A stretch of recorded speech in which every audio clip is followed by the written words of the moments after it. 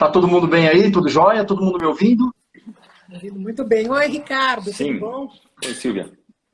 Tá tudo jóia? Ufa, que bom, gente. Primeiro de tudo, é um prazer poder estar aqui com vocês. Eu quero pedir desculpas para todo mundo que já está junto com a gente aí, uma plateia incrível, 300 e quase 400 pessoas já com a gente. Eu queria agradecer muito todos que estão aí. Inclusive, a gente sabe que tem gente que veio da América Latina, de outros países, assistindo a gente, mesmo sabendo que essa conversa seria em português. Então, para todos vocês, um grande abraço. Muito obrigado pela presença. Hoje, a gente está aqui para fazer a primeira live do Falando de Obesidade em comemoração ao dia 11 de outubro, que foi o dia de luta contra a obesidade, o Dia Nacional de Luta contra a Obesidade. Então, essa live aqui, nossa primeira live do Falando, ela é justamente para comemorar esse mês de luta contra a obesidade. Eu só queria lembrar vocês que o Falando de Obesidade é uma plataforma gratuita, ele não tem nenhuma cobrança, ele não tem nenhum fim lucrativo, e ele tem por finalidade educar as pessoas. Vocês todos que estão aí participando dessa conversa, vocês podem entrar no site, nas redes sociais, ler as matérias, ver os vídeos e pedir opinião, que lá é tudo absolutamente gratuito para que a gente possa falar sobre obesidade, que é um assunto tão importante. Então, só para apresentar rapidamente, a gente está aqui hoje com o Dr. Ricardo Cohen, que eu poderia dizer que dispensa apresentações, mas ele tem centenas de artigos publicados, livros, aulas em eventos e congressos internacionais, é o coordenador médico do Centro de Obesidade e Diabetes do Hospital Alemão Oswaldo Cruz, já foi eleito presidente do capítulo latino-americano da IFSO, que é a Federação Internacional para a Cirurgia de Obesidade, foi presidente do Congresso Mundial de Cirurgia Bariátrica, presidente da Sociedade Brasileira de Cirurgia Bariátrica e é hoje também editor da revista Obesity Surgery. Né? Então, o doutor Ricardo aí é um dos maiores nomes da cirurgia bariátrica do país, quiçá no mundo e América Latina. Então, é um grande prazer poder receber o senhor. Se eu faltei com algum título, o senhor, por favor, me complemente depois, tá? E do outro lado, e do outro lado, nós temos aqui a Silvia Popovic, que muitos de vocês com certeza já conhecem, uma personalidade, despontou na televisão, trabalhando no jornalismo da TV Globo, Jornal Globo, Jornal Hoje, mas ganhou fama e sucesso mesmo nas nossas tardes, né, com os programas Silvia Popovic, tanto no SBT quanto na Band. Então, é uma pessoa que fez história e que é uma paciente de cirurgia bariátrica, justamente operada pelo Dr. Ricardo. Então, feitas essas apresentações, eu gostaria de informar a todos vocês que estão assistindo que, à medida que essa live vai acontecendo, se vocês tiverem dúvidas, vocês podem fazer suas perguntas pelo chat e depois a gente vai filtrar aqui algumas delas e vai poder endereçar elas ao Dr. Ricardo e à Silvia. Por favor, acompanhe até o final. Quem sabe sua pergunta vai ser feita lá. Bom, doutor, eu acho que eu não sei se a conexão da Silvia não está boa, eu acho, porque ela tem bastante gente dizendo que não enxerga ela e eu enxergo a Silvia rodando. Ela está parada aqui mesmo. Silvia, você está conseguindo nos ouvir? Perfeitamente. Vocês querem que eu troque de lugar ou tá bem? Eu estou no 4G e eu tô ouvindo perfeitamente. Agora você voltou. É que estava todo mundo com você travada na imagem aqui, mas agora travou de novo. Não tenho muito o que fazer, porque eu estou no 4G, eu posso eventualmente tentar... Ela está travando. Silvia, está travando. Se você conseguir mudar de lugar, quem sabe, às vezes algum outro local da casa que a internet funcione melhor, eu acho que seria bacana. Então vamos fazer isso. A casa toda é bem conectada por conta da... Eu sempre faço programa. Vocês estão me ouvindo, não? Não, está cortando bastante. Então, deixa eu trocar de lugar. Então, eu vou para um outro lugar, vamos ver se melhora, tá bom? Ok. Só que nós vamos passeando, sim? Vamos lá. Acho que enquanto a Silvia vai mudando de lugar, doutor, para a gente também não... Né, ela vai ouvindo a gente por aí, eu acho que para o começo dessa conversa era muito importante que a gente pudesse contextualizar a questão da obesidade, tanto no Brasil quanto no mundo. Eu acho que seria importante que o senhor passasse para a gente um cenário da obesidade. Como é que ela afeta a vida das pessoas hoje, no Brasil e no mundo inteiro? Bom, a real pandemia do século, ou as pandemias do século, é o diabetes junto com a obesidade. E a obesidade é o carro-chefe, é o grande driver, é o grande fator de causalidade ou associação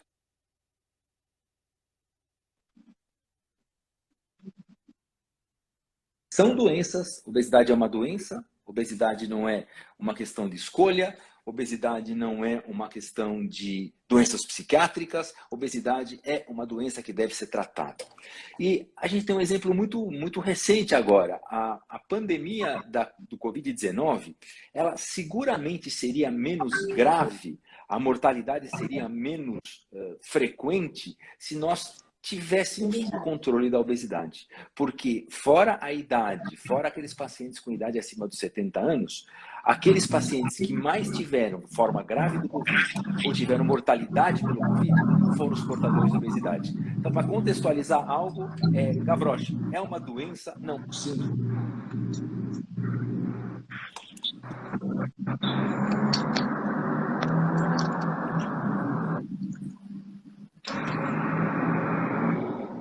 Alô, doutor, está me ouvindo? Silvia, está me ouvindo? Acho que a Silvia não está conseguindo uma conexão, doutor. A conexão com o doutor também, eu estou ouvindo mal vocês. Vocês estão me ouvindo bem, não? Então, Silvia, está travando bastante. A gente conversou ontem, funcionou bem, mas nesse momento a sua conexão tem sido bastante instável. Está travada de novo. Você conseguiu me ouvir, Gavroche, a minha resposta? Ouvi sim, doutor. Eu só queria poder ter certeza de que a Silvia vai conseguir participar com a gente aqui, porque eu agora teria uma pergunta para ela. Está todo mundo dizendo que está muito ruim. Então, eu aqui, eu tenho uma conexão.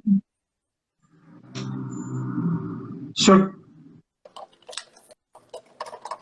E aqui? Então, Silvia, toda vez que você muda, ele entra um pouquinho, mas corta logo na sequência. Então, eu estou no 4G. Estou no 4. No Wi-Fi, acho que seria mais estável. E agora?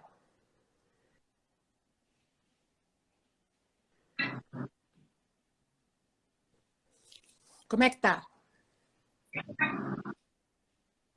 Não tá bem? Vocês não estão me vendo?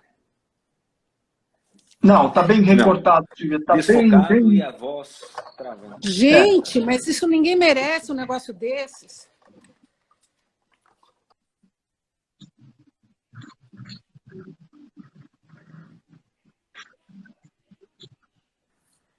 Aqui, com Wi-Fi, não?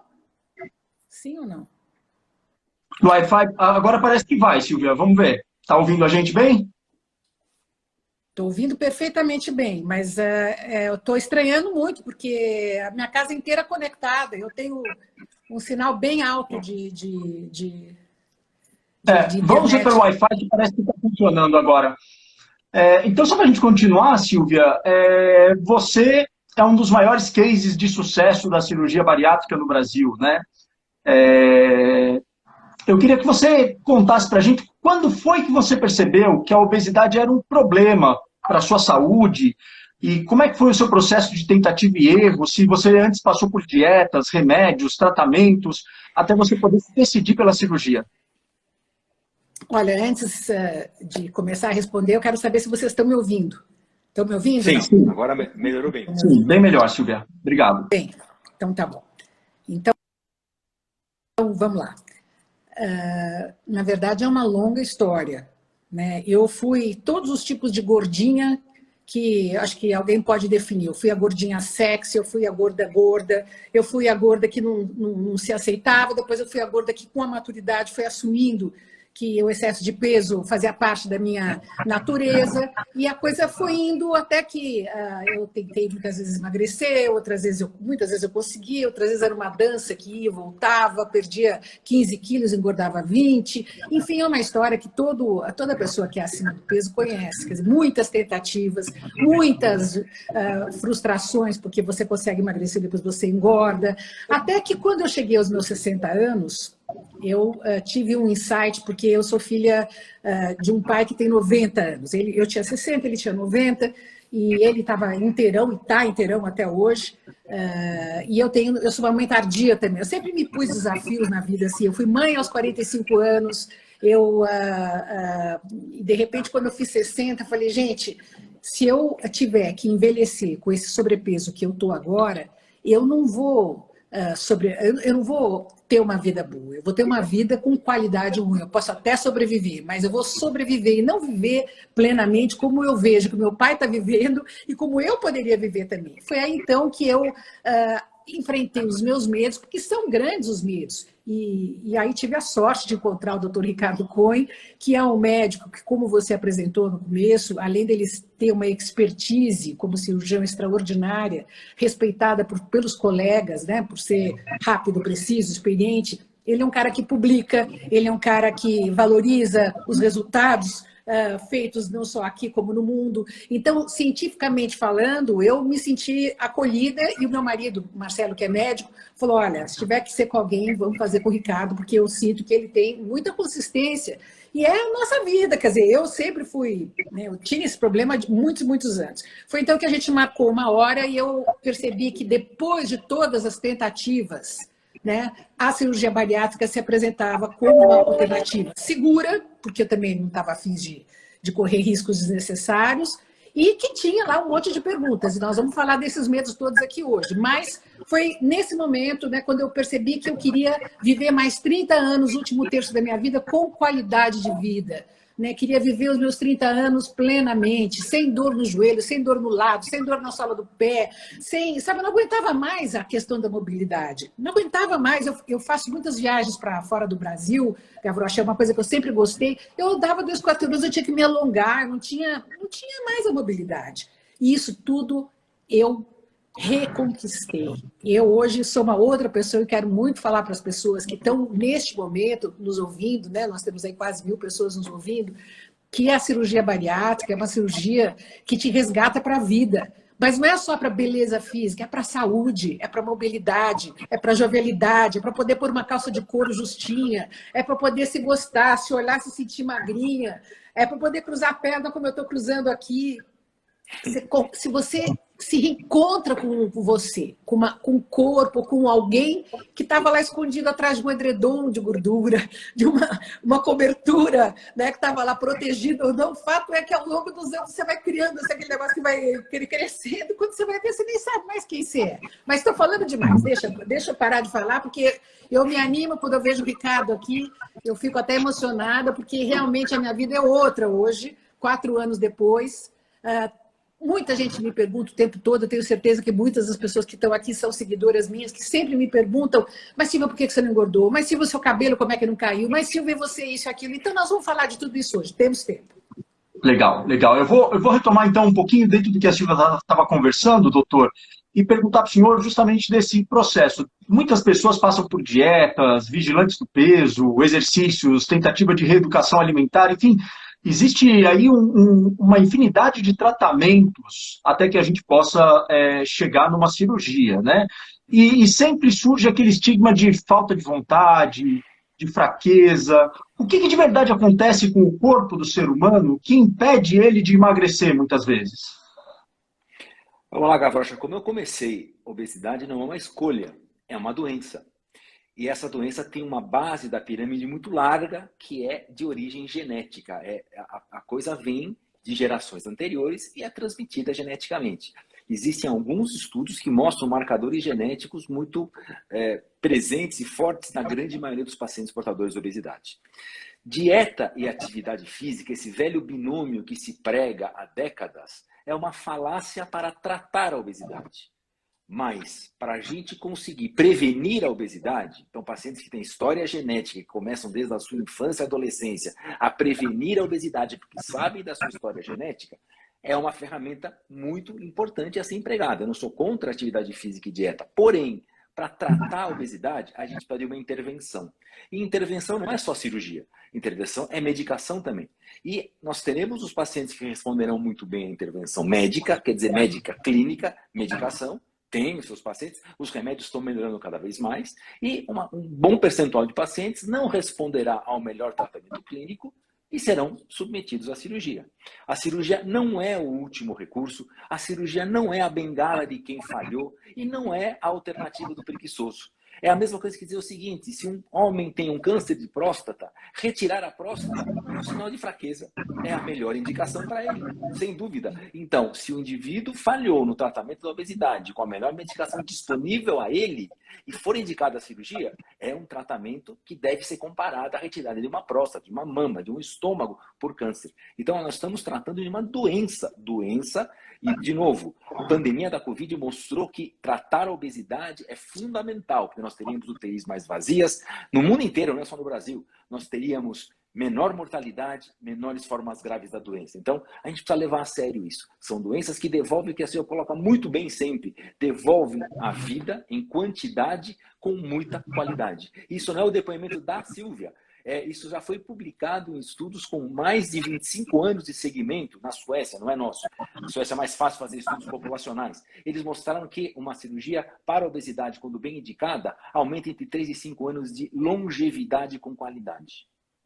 Que legal, bom saber disso. Acho que, Silvia, dentro dessa explicação do Dr. Cohen, né, sobre a doença do século, a pandemia do século, que é a obesidade, você acha que as pessoas sofrem mais com a obesidade pelo preconceito que ela inflige ou pelas situações embaraçosas ou por questões de saúde mesmo? O que você acha que é o pior dessa questão da obesidade? Olha, Gavroche, eu acho que pelas duas razões. Quer dizer, existe muito preconceito contra a pessoa gorda, né? Porque hoje há uma ditadura da beleza, mas a ditadura da beleza não, vamos dizer, não incrimina apenas os gordos, incrimina os feios, incrimina os carecas, incrimina os baixinhos, incrimina um monte de outras pessoas. Os gordos são mais uma vítima porque há uma idealização que hoje, felizmente, por vários movimentos, começa a se dissolver um pouco essa imagem de que o corpo tem um formato perfeito. Escuta, cada pessoa tem o seu corpo, né? É óbvio que uma pessoa mais gordinha, ela não está doente. Agora, uma pessoa obesa, ela está doente. E existe uma patrulha muito grande também nesse sentido. Isso também é outra coisa que nós vamos falar. Agora, de um lado tem um preconceito, com certeza. De outro lado, tem a dificuldade de viver o fato de ser gorda mesmo. Porque em determinadas fases da vida, você quer, por exemplo, pôr uma roupa, você não encontra. Você quer subir num camelo, você não consegue. Você entende? A obesidade, ela limita. Não vamos pintar a coisa de dourado, porque ela limita. É óbvio que você vê muitas pessoas na internet dançando com uma agilidade incrível, você vê outras gordas fazendo o que elas querem. Não é para todo mundo, mas conforme você vai envelhecendo, e é isso que eu vivi, é isso que eu posso falar, quer dizer, a minha vida não era pouco limitada. Conforme foi passando o tempo, a obesidade foi cobrando um preço cada vez mais caro. E isso é que os jovens e as pessoas jovens não acham que elas vão, que nunca vai ter limite, que nunca vai parar de engordar e que vai ser sempre a mesma coisa. Não foi assim. Eu não tinha nenhuma doença complicada, mas eu fui ficando realmente com dificuldades, dores importantes, uma dificuldade de mobilidade, já não tinha a mesma agilidade, tinha preguiça. Você vai ficando uma matrona. Vamos falar português claro. Você vai perdendo a sua agilidade. O mundo vai te deixando sentada. Você entende? Você fica pesado. Para subir uma escada, você pensa 10 vezes. Sabe, você vai fazer uma viagem, você tem que ir a pé, você prefere de táxi. Sabe como é? Você vai ficando velha antes do tempo. Então, existe essa dor, esse sofrimento, vamos dizer, de se perceber pior, vamos dizer, do que outras pessoas, e de outro lado existe o preconceito dos outros, que é muito injusto, só porque você é diferente. Então, não é fácil. Aliás, tem muitas coisas difíceis na vida. Agora, quando você consegue enfrentá-las, tudo vai ficando mais tranquilo. Né? Então, se você consegue enfrentar uma dieta e consegue manter depois a dieta, se você é uma pessoa disciplinada no sentido de manter depois a dieta, eu, por exemplo, não conseguia. Para mim era muito difícil. Então, a cirurgia bariátrica foi o que foi indicado para mim. E, felizmente, até agora, eu estou estável no meu peso. Faz 4 anos que eu fiz a cirurgia, eu continuo com o mesmo peso, eu me cuido, eu faço ginástica, sem sacrifício. É isso que é o mais louco. Antigamente, para fazer ginástica, putz, eu pagava para alguém no meu lugar, entendeu? Hoje não. Hoje eu faço, é gostoso, porque o corpo também responde mais fácil, porque não é tão difícil levantar do colchonete. Você entende? Antigamente, para sentar no colchonete era aquela coisa, parecia que sabe, era um sacrifício. Então, tudo mudou. É isso que eu quero. Eu falo isso para as pessoas, não de uma maneira assim, irresponsável. Acho que cada um tem que avaliar bem o seu caso. Por isso que o doutor Ricardo tem uma equipe multidisciplinar. Tem psicólogo, tem endocrinologista, tem nutricionista, tem um monte de gente que vai olhar para o seu caso, vai ver qual é a sua e como é que você pode ser acompanhada antes e depois, né, Ricardo? Acho que é importante dizer isso. Exatamente. Sabe, não é um negócio que vai lá, você vai fazer bariátrica porque tem que perder 5 quilos a fazer bariátrica. Não é assim, ou 10 quilos. Sim. Eu tinha 50 quilos a mais que eu perdi. Foi embora e, se Deus quiser, nunca mais volta. Doutora Silvia... Okay. A gente precisa, Gavroche, temos que acrescentar algumas coisas. A Silvia mostra muito o aumento da qualidade de vida dela, melhora de uma série de situações que acompanhavam negativamente a vida dela. Mas a gente sabe que a obesidade isoladamente, só ela, sem nenhuma doença associada, duplica ou triplica a chance de infartos, derrames fatais e não fatais. Obesidade e diabetes são as causas mais comuns de insuficiência renal, diálise e transplante renal. Então, não é um culto ao corpo. Nós precisamos cultuar doenças. O paciente com obesidade pode ser ágil, pode dar cambalhotas, pode viver aos 25 anos de idade. Porém, a gente tem visto que dos 25, 26, 30, 18, 19 está aumentando muito a incidência de diabetes, a apneia do sono. É grave, então a gente precisa tratar. E a estigmatização da obesidade é colocar o rótulo. Veja, você tem obesidade porque é sua culpa, é a causa fundamental de pacientes não procurarem auxílio médico. Dieta, vamos lá, todo mundo que está assistindo, eu tenho certeza, das 1000 pessoas que estão aqui, todos, sem exceção, já tentaram uma dieta por alguma razão. Por que a dieta falha? Porque todos os mecanismos fisiológicos a médio e longo prazo dão fome. A gente vai reengordar porque todos os mecanismos fisiológicos do paciente com obesidade, mesmo sem obesidade, aquela pessoa que tem 5 quilos a mais, quer entrar no vestido para o casamento da filha, ela vai perder os 5 quilos, mas vai ter uma belíssima forma e vai ganhar 7 depois. Por quê? Porque isso é fisiologia. As únicas intervenções hoje, a única que nos dá emagrecimento com pouca fome, e a Silvia é testemunha viva, é a cirurgia bariátrica. A Silvia vive, perdeu 40, 50 quilos e tem pouca fome. E tem pessoas que perdem isso com dieta? Até tem, 2, 3% do que tentam. Mas eles morrem de fome, se sacrificam e etc. Por que isso? Porque é fisiologia, é medicina, não é escolha.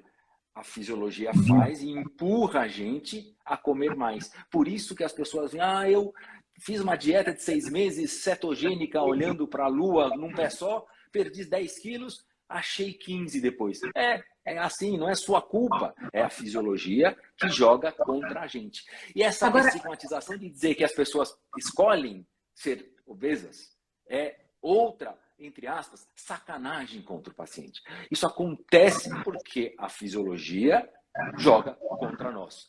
E Ricardo, assim é um exemplo aí de perda de peso com alegria. Né? Seria interessante falar para as pessoas, e elas estão perguntando, e eu também, muita gente me pergunta isso e eu não sei responder. Por que eu consigo manter o meu peso e um monte de pessoas não conseguem, mesmo depois de operadas? Vamos lá, obesidade é uma doença crônica e progressiva. Eu amo fazer analogia com câncer. Se a gente pegar 2 pacientes que têm 2 mulheres com câncer de mama, mesmo estadio, mesmo grau de invasibilidade, a gente vai acompanhá-las em 5 anos. Uma delas tem metástase e outra está curada. Porque tudo isso depende da biologia da doença. Existem obesidades agressivas, onde os pacientes são menos respondentes, são menos respondedores à intervenção cirúrgica do que outros. Esta é a questão. Então, a gente tem características fisiológicas diferentes de cada paciente. Por isso que a gente não consegue comparar. Vamos pegar um estudo grande populacional da Suécia. 2.500 pacientes operados contra 2.500 tratados com remédio com 30 anos de segmento. Desses 2.500 pacientes operados com 30 anos, 70% deles mantêm uma perda de peso muito interessante, entre 25% e 30% do peso total perdido, e reganham poucos quilos ou gramas. E 20%, 25% reganham peso, mesmo acompanhados em cima por uma equipe multidisciplinar como nós temos aqui no Hospital Oswaldo Cruz, porque a biologia da doença é ruim. Essa é a questão. O câncer é sempre um bom exemplo. Tirou a mama, mesmo estadio, mesma idade, 10 anos depois, ou 5 anos depois, metade não, 10, 15% vão ter uma doença avançada e outras não, tratadas da mesma forma. Então a gente tem que sempre pensar que são doenças com mecanismos, com virulência, com agressividades diferentes. É por isso que alguns têm excelente sucesso e outros não. Sim. Doutor, a gente estava falando aqui, o senhor estava falando sobre as pessoas que não optam por ser gordas, né? Mas existem também algumas pessoas, e hoje em dia isso está muito na moda, né? Ou muito discutido, que é um paradoxo. As pessoas querem ter o direito de ser gorda, né? Ela quer ter orgulho de quem ela é. E ela faz essa campanha para que todos que são obesos sejam felizes sendo obesos, independente de qual é o comprometimento, a comorbidade que isso possa acarretar e etc. E tal. Quando é que é o momento certo para uma pessoa tomar a iniciativa de procurar um auxílio, procurar um médico, procurar um tratamento? Sempre, Gavroche. Eu acho que o paciente tem uma doença chamada obesidade, ele tem que ser tratado. Ponto.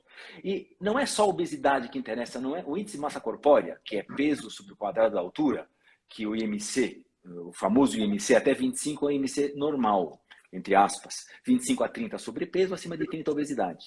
E o que mais nos interessa é a distribuição da gordura, que a gente chama de adiposopatia, doença da distribuição de gordura. É a famosa gordura visceral, abdominal, que aumenta a chance de doenças cardiovasculares e diabetes. Então, a gente se preocupa com isso. Então, todo paciente que tenha, isso se relaciona com o IMC? Na maioria das vezes, sim. Então, vamos ver, um paciente com 32 IMC, ele tem obesidade, mas que uma circunferência abdominal, uma cintura de 120 centímetros, esse indivíduo não deve se orgulhar da sua obesidade. Ele tem que procurar auxílio, porque ele tem 2 a 3 vezes mais chance de infartar, fatal ou não fatal, do que um indivíduo que não tenha esse índice de massa corpórea e que não tenha essa cintura. Então, Gavroche, doente tem que ser tratado. Então, o paciente portador de obesidade tem que sempre procurar auxílio da equipe multidisciplinar. Não estou dizendo que todos vão ser operados, lógico que não, mas tem que procurar auxílio de endócrino, nutri, do cardio, psicólogo, psiquiatra, se necessário, de quem a gente precisa para tratar as doenças associadas. Sim. O senhor falou sobre IMC. Existe uma regra sobre qual é o paciente indicado para uma cirurgia baseado pelo IMC ou são vários os fatores que vão indicar essa cirurgia? Nós estamos cada vez mais distantes da utilização do IMC como critério único. O que eu posso dizer para vocês é que o IMC acima de 40, lembrando o que é IMC, peso sobre o quadrado da altura, acima de 40 são os indivíduos que a gente sabe que falharão em 98% das vezes ao melhor tratamento clínico com remédios. Então, acima de 40, esses pacientes preferencialmente têm indicação cirúrgica, porque a gente sabe que eles vão falhar com o tratamento clínico. Entre 30 e 40, depende da comorbidade, depende da distribuição de gordura e da resposta dele aos tratamentos clínicos. Já com diabetes, IMCs acima de 30, com diabetes não controlado, com o melhor tratamento disponível, eles podem se beneficiar muito da cirurgia. Então, cada caso é estudado individualmente. De maneira geral, IMCs acima de 40 se beneficiam muito com a cirurgia. Abaixo de 40, alguns pacientes vão ter vantagens com o tratamento clínico, não muitos, mas alguns vão ter, 10, 15% vão se beneficiar, e com diabetes muda um pouquinho a figura, e os doentes têm que ser vistos individualmente. Ok. Silvia, eu vou fazer uma pergunta para você, talvez um pouco estranha, mas a gente vê muita gente famosa, que nem o caso do Jô Soares, aquela atriz Fabiana Carla, o Serjão Lorosa, alguns outros cantores sertanejos, né?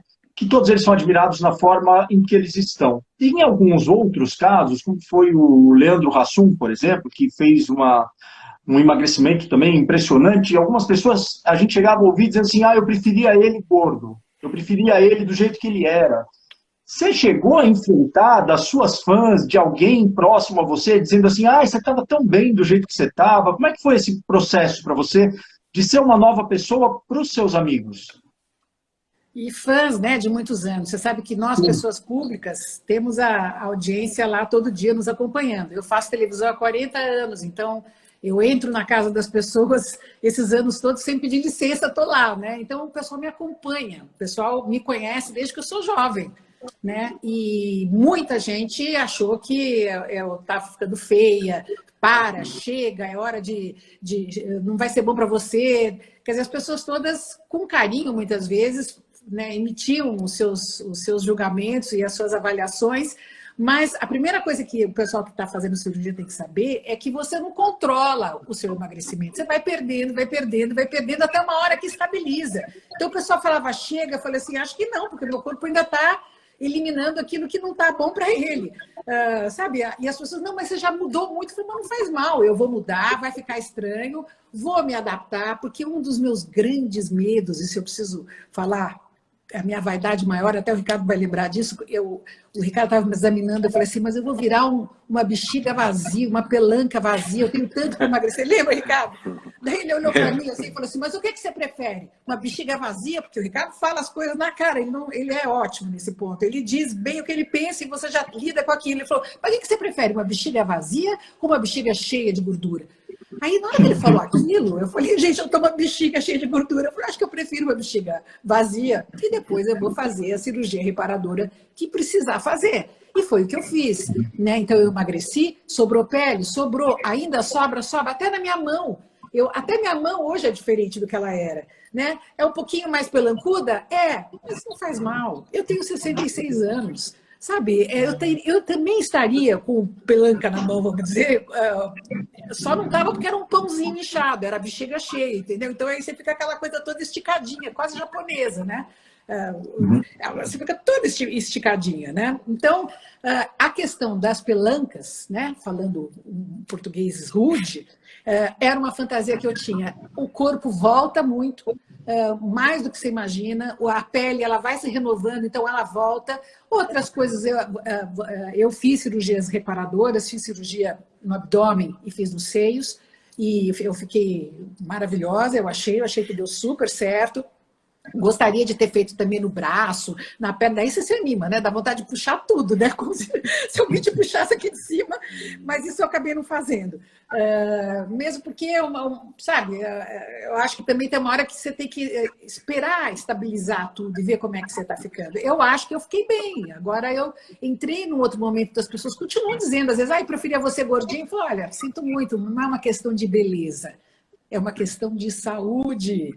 O pessoal demora para acordar. Então, sabe, não é que você está mais bonita ou mais feia, você está com saúde, você está melhor, você está como você tem que ser, entendeu? É uma outra ficha que cai. E eu espero que quem esteja me ouvindo caia a ficha antes do que caiu para mim, porque eu só fui fazer isso aos 60 anos. Sabe, demorou muito tempo. Eu poderia ter sido mais feliz se eu tivesse feito, sei lá, aos 40. Entende? Eu bobeei. Agora, é um café com leite depois? Não. É fácil. Você tem dumping. Vamos falar dos problemas aqui, porque eu acho que, sabe, o pessoal tem que estar preparado para isso. Eu tenho dumping até hoje. Ontem eu tive um dumping aqui, Ricardo. Eu falei, gente de Deus, se o arrependimento matasse, eu comer um pudim de leite. Exagerei no tal do pudim de leite. Eu achei que eu ia ter um treco aqui. E é desagradável. Aí você tem que deitar, aí você respira, aí você anda, fica dando volta na casa para ver se digere logo. Enfim, tem um monte de coisas. Cai cabelo? Caiu o cabelo, depois voltou o cabelo. Eu sou cabeluda hoje, tá vendo? Faz 4 anos, o meu cabelo ainda está crescendo até hoje. Se eu pegar aqui, vocês vão ver, tem um monte de cabelinho nascendo. Nasceu mais crespo. Mas isso é nada perto do que... Eu podia ter um AVC, eu podia ter outra coisa que o Ricardo falou, e eu acho que as pessoas têm que prestar atenção. A obesidade é uma doença inflamatória. Então, você fica com o corpo todo propenso a ter inflamações gerais. Enfim, é fácil a cirurgia bariátrica? Olha, a coisa mais fácil é a própria cirurgia. Você entra num dia, sai no dia seguinte, se tiver a sorte de ser operada pelo Ricardo e equipe, é sensacional, foi muito fácil. Os protocolos hoje são muito rápidos. Eu fiz, uma semana depois já tinha saído do líquido, 10 dias já estava no pastoso, 20 dias já estava comendo aos pouquinhos. E hoje as pessoas, eu posto muita comida, as pessoas falam, mas você come tudo isso? Eu falei, não, eu não como tudo isso. Hoje eu como de tudo um pouco. O segredo é comer de tudo um pouco, e isso é gostoso, porque eu também cansei de comer tanto, não precisa comer tanto a vida toda. Comer menos, pouquinho, sabe? Chega e fica enchendo o caneco, se estufando. Tudo que eu não quero hoje é comer mais do que eu posso, para não passar mal, porque eu sei que eu não preciso. Eu estou sobrevivendo muito bem sem muita comida. Então, o prazer muda de lugar, sabe? O prazer está em fazer uma mesa bonita, em comer um pouquinho, em preparar umas comidinhas descoladas, transadas, sabe? Você se refina e você vive melhor. Legal, muito bacana. Doutor, eu queria fazer uma pergunta agora para o senhor. de uma questão que a gente começou a conversar aqui na nossa equipe sobre uma pauta que a gente queria desenvolver, que é sobre a questão da obesidade infantil. Eu fui uma criança obesa, eu fui bem gordinho quando era criança, só que depois eu cresci, estiquei e nunca mais essa obesidade retornou, né? A obesidade infantil é a mesma obesidade do adulto? Quando é que os pais, que eu sei que devem ter muito pai e mãe aqui assistindo a gente agora nesse momento, quando é que os pais devem se preocupar com esse tema? Enquanto eles podem olhar para o filho e dizer que tudo bem, isso é uma fase e vai passar, ou ele tem que tomar uma atitude e acompanhar essa criança até o médico? Depende da genética da família. Se a família tem genética de obesidade, a gente precisa ficar em cima. Existem excelentes endocrinologistas pediatras que podem tratar desses pacientes, e quanto mais precoce a intervenção, melhor. Não estou dizendo cirurgia.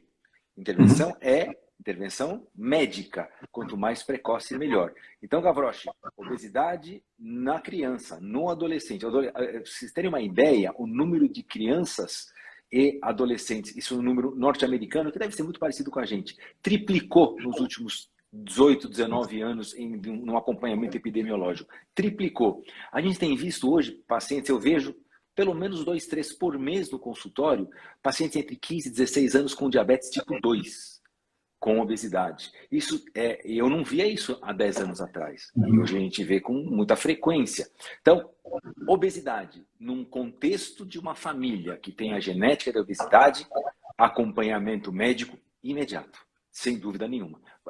É mais fácil apagar um incêndio de um prédio de 10 andares no primeiro andar do que apagar no 9º andar. A gente vai ter muito menos coisas para fazer a operação rescaldo depois. A Silvia teve uma colocação muito interessante. Se eu soubesse, teria operado com 40 anos. Sem dúvida, quanto mais precocemente o tratamento, muito maior o resultado e muito maior o benefício a longo prazo. Agora, Gavroche, desculpa interromper, mas é interessante falar aqui pelo pessoal 50 a mais, aproveitar a presença do Dr. Ricardo e perguntar até que idade você pode fazer a cirurgia, porque muita gente pergunta, eu já não estou velha para fazer, até quando se pode fazer uma cirurgia bariátrica? 70 pode? 80 pode? Porque tem que ver se vale a pena.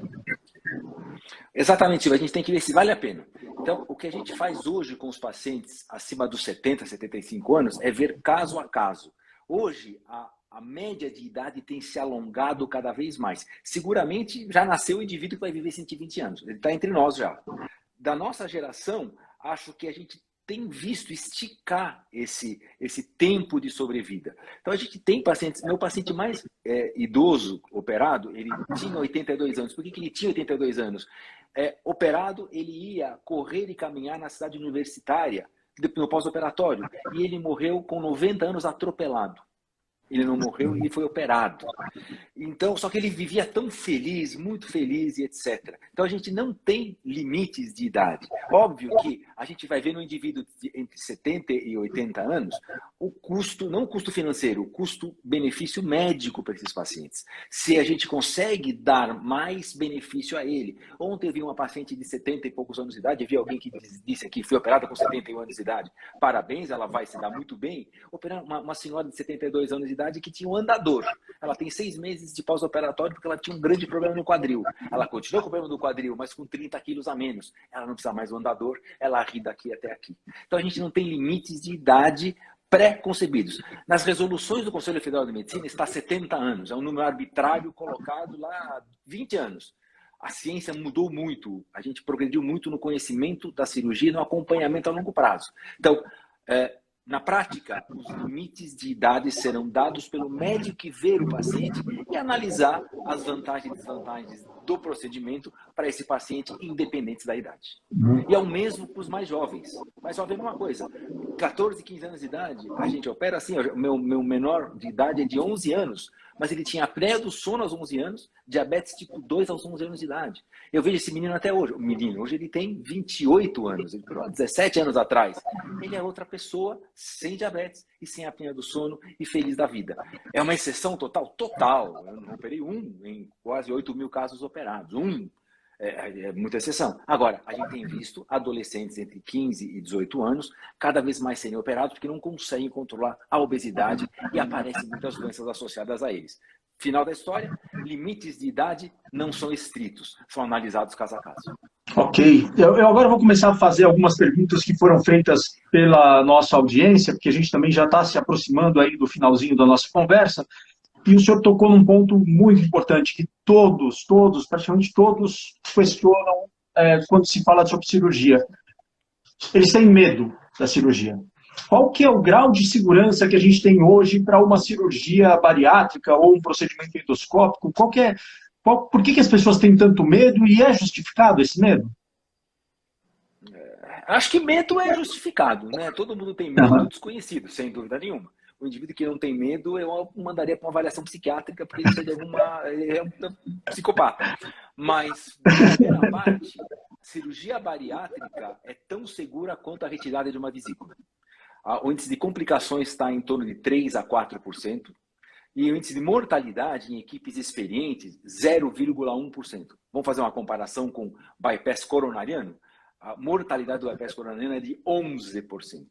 Quer dizer, é muito maior. E esses pacientes que fizeram o bypass coronariano, a ponte de safena, são pacientes que tinham obesidade e diabetes em 80% das vezes. Então, é muito melhor fazer um bypass gástrico do que o bypass coronariano.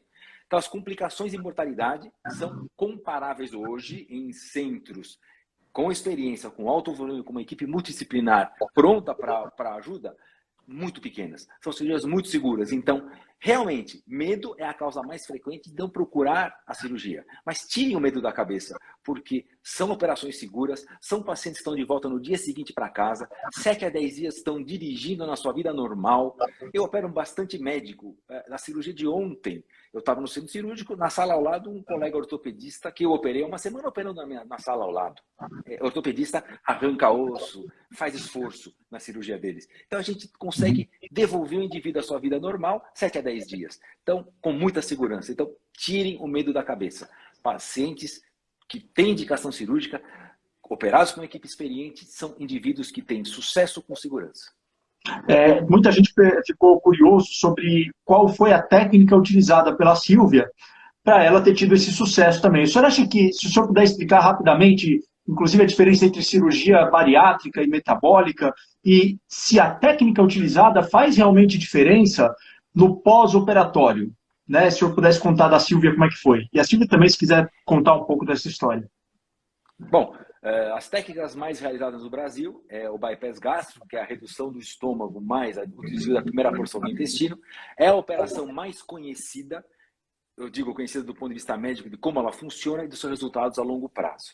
A gente sabe como funciona, a redução do estômago é por um motivo fisiológico, vai tirar os hormônios da brincadeira do gasto calórico, e o desvio do intestino é para promover a liberação de hormônios que dão saciedade desde o primeiro dia de pós-operatório. Esse é o bypass gástrico que a Sílvia tem. A outra operação mais comumente feita no Brasil chama-se gastrectomia vertical, onde se tira um pedaço de estômago e se joga fora. A primeira cirurgia é mais conhecida, mais poderosa, tem melhores resultados a longo prazo. A outra cirurgia tem suas indicações para pacientes que normalmente não são adequados para o bypass gástrico. Diferenças entre elas é poder emagrecedor, o bypass é melhor que a gastrectomia vertical. O bypass é reversível, eu consigo reverter a anatomia normal, um bypass gástrico. A gastrectomia vertical, como eu tirei o estômago, a gente não tem como recolocar um estômago tirado. E os resultados a longo prazo da gastrectomia vertical para a obesidade e para o diabetes, que é a comorbidade mais frequente, são piores que o bypass. Então, o bypass é a cirurgia mais realizada no país. Não é bem assim no mundo, e tem outras razões que a gente pode explicar, são razões comerciais, não médicas. Em segundo lugar, é a gastrectomia vertical, que é uma operação boa também, porém, ela é indicada em um pool de pacientes mais restrito. Então, essas são as duas técnicas mais realizadas no Brasil. O Gavroche, uma das coisas que as pessoas mais têm medo, né, além da questão da cirurgia, como nós vimos aí, é bobagem, é o medo do ato cirúrgico em si, mas as pessoas têm medo, depois da cirurgia, elas têm medo de virarem alcoólatras, de virarem maníacas sexuais, de virarem... Tem um monte de coisa que eu ouço muita coisa, que é como se você pegasse essa compulsão enlouquecida que você tem pela comida hoje, que você vai depositar em outras taras.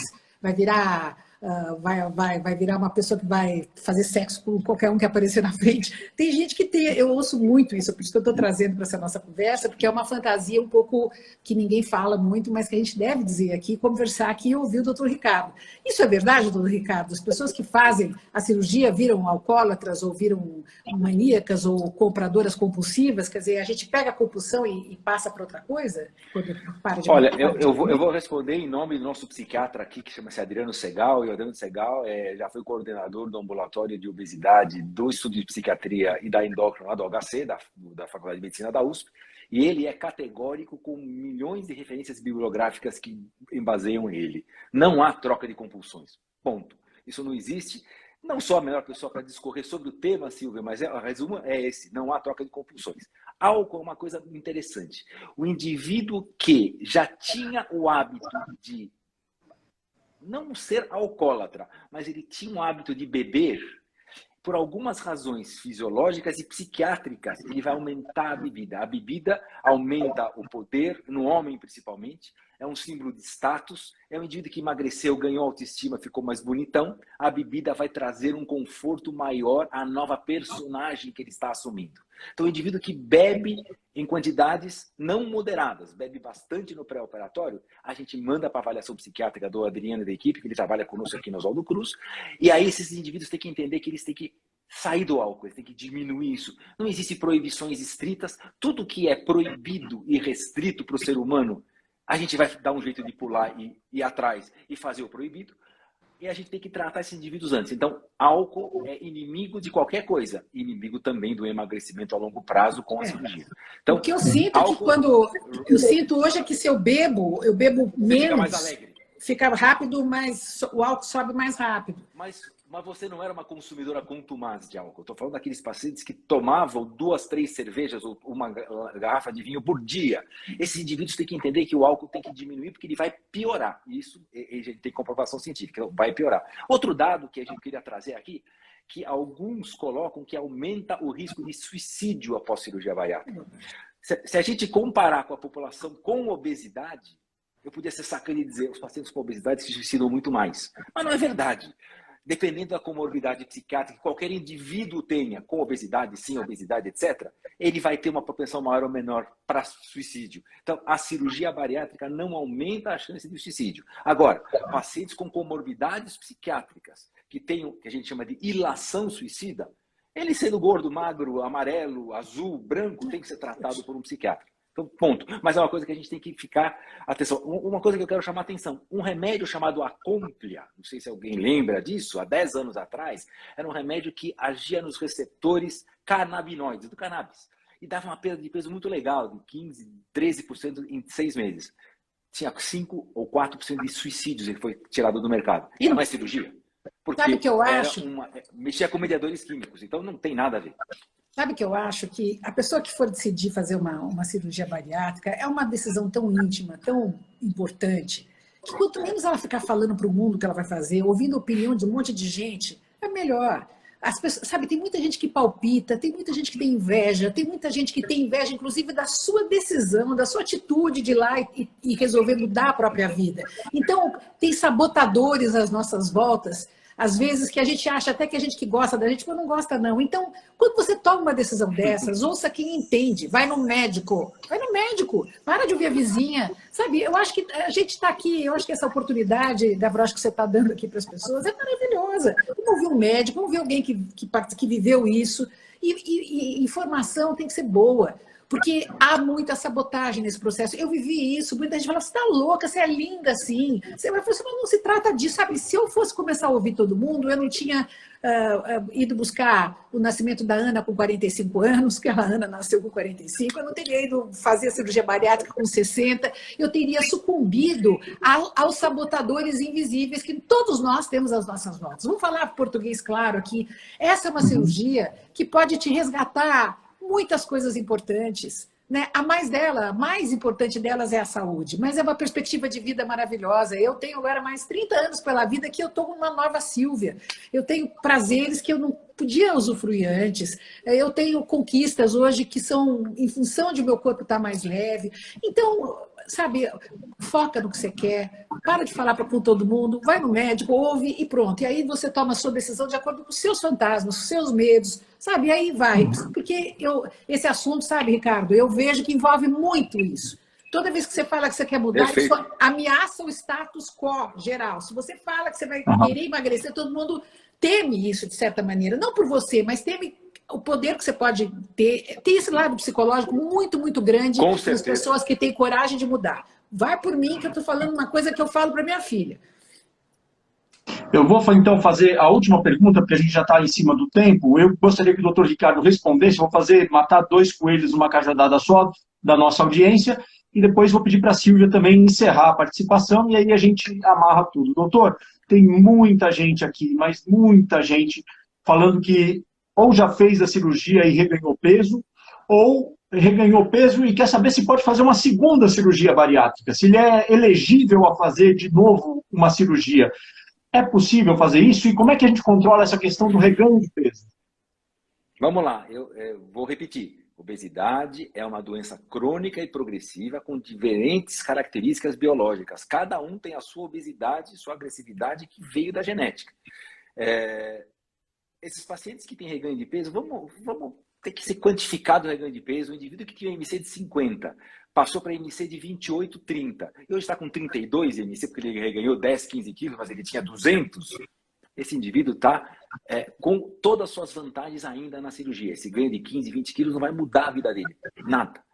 Cada caso deve ser avaliado individualmente. Nós não somos fãs de reoperações, de cirurgia chamada revisional. Que são possíveis? São. Tem suas indicações? Tem. Cada caso é um caso. Não há algoritmo geral de dizer tal paciente tem que ser reoperado, tal paciente tem que ser feito técnica A, B ou C para reoperar.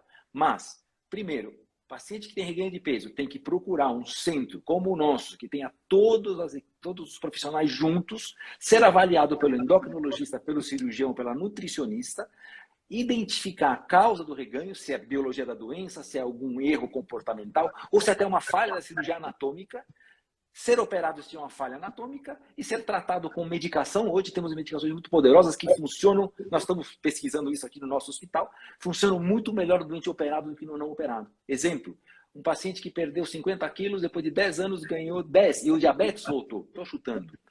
Hoje tem medicações que funcionarão melhor nesse paciente operado, perderá esses 10 quilos e colocará o diabetes em remissão de volta. Melhor do que um paciente não operado na mesma condição. Então, Cavroche, cada paciente é um indivíduo, tem que ser visto pela equipe e saber qual é o melhor caminho para ele.